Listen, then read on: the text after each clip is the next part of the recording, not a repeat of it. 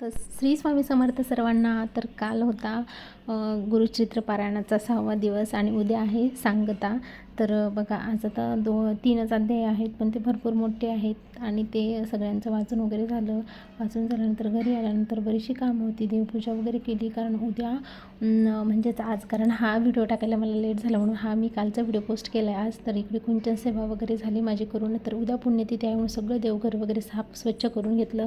जे खाली वस्त्र अंतरतो ते वगैरे चेंज केलं आणि छान सगळे देवांची पूजा वगैरे करून घेतली.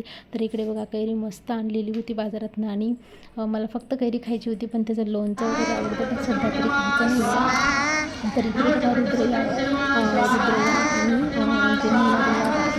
जे सुरू आहे इकडे स्वामी केंद्रामध्ये ते बघू शकता. जे पांढरे तांदूळ स्वाहा म्हणून टाकायचे.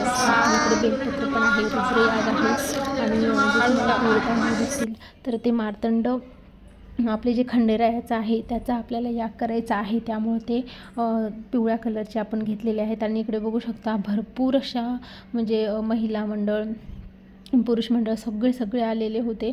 तर इथे बसायला पण जागा पुरी आहे. आणि इकडे बघा हे याग झाल्याच्यानंतर जे रुद्र आपण सकाळी जे स्वामी केंद्रामध्ये रुद्रांचा अभिषेक केला होता महादेवांचा, त्याचा रुद्र अभिषेक केलेल्याचं पाणी जे आहे ना त्याचं ते तीर्थ म्हणून सगळ्यांना तिथे देत होते. तर जे माणसं जे कोणी आले नव्हते त्यांच्यासाठी घरी पण दिलेलं होतं. आणि संध्याकाळच्या जेव्हा आरतीला आम्ही गेलो होतो तर इथल्या ह्या राजश्रीताई गागरे हे सगळ्यांना जवळपास माहिती असतील, तर त्या आल्या होत्या.